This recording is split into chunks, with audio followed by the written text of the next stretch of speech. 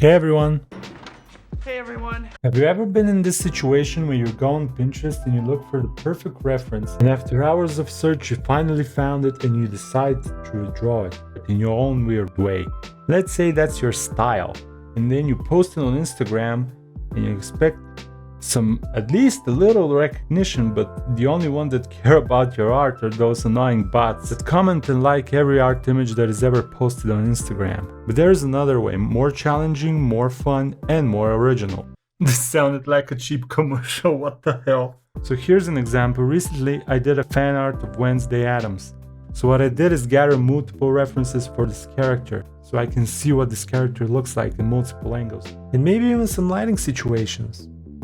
And there's nothing wrong with using one reference image for fan art, but if you want to explore this character, if you want to capture his likeness, his, I guess, inner soul, I don't know, you have to use multiple references, you just have to. There's just more room for exploration and to be original, that's all. And this video is all about being original. So, yeah. So let's say you find a reference that really catches your eye, but you want to make it more original, you want to make it your own. The thing you have to do is you have to extract the things that you like about it. What do you like about it? Is it the pose? Is it the lighting?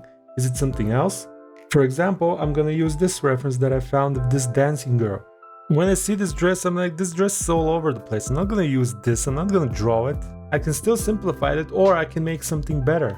Main things that catches my eye when I see her are the pose and the lighting. Everything else, it's not that important to me. And when I look only at the pose and the lighting, I see a waterbender in my vision. And so I'm gonna do some kind of a waterbender and just going to use my visual library for the design. For the water though, of course I'm gonna use a reference. My visual library is not that big to make that believable and realistic water, because water depends on a lot of situations. And there is only one guy that mastered the water bending technique. And this guy is this guy, the art of 666K or 666K. This guy, Korra has nothing on him. This guy is a master waterbender. Fucking Avatar, I don't know. I think he works at Riot, of course he is.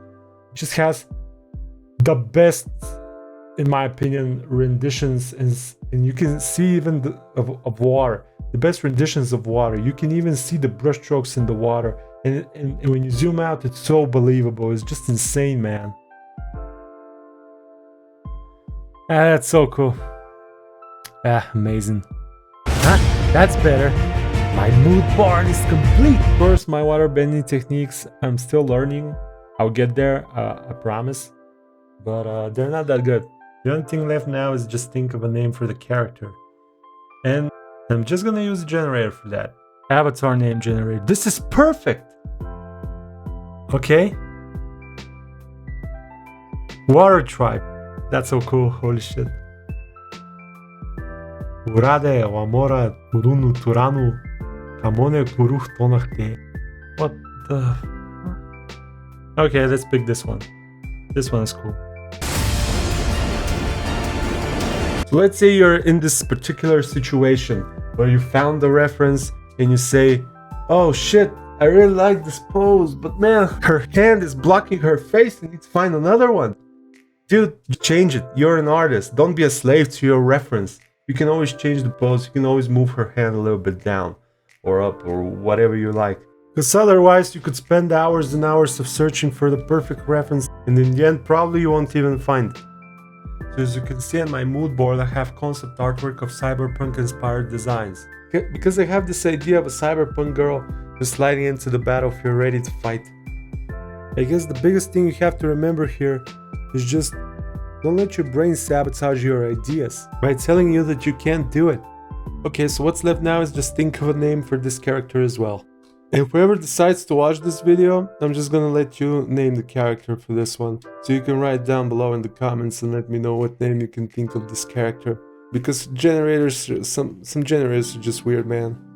And yeah, thanks for watching.